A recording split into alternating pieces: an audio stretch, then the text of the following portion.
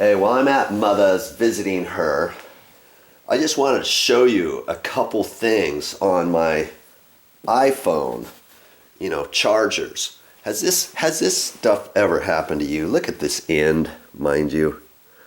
I mean, I gotta hold my mouth just right for this thing to work because it bent over like that and the wires are kind of frayed off and stuff. And so I found another one here. And this end just seems like it's messed up in here too. I have to put it on my phone and wrap it around my phone just so to get this just right for power. Well, I went down to the store. I thought, what am I going to do? Well, I found this one right here.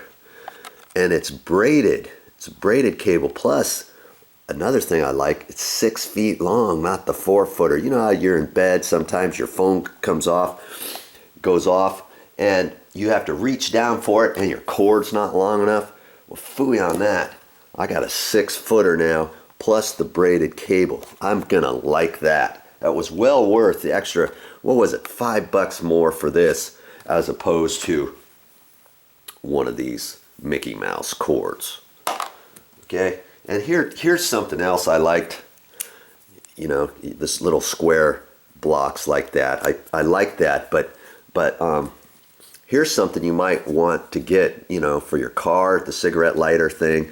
I've seen them where the ends are only that far and then you plug it into the back.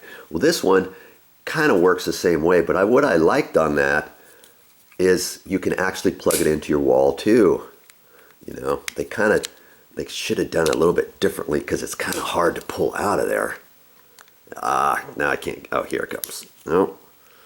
See? Oh. Okay, there's a little grabber right there, okay, where you can plug that into the wall and use this end.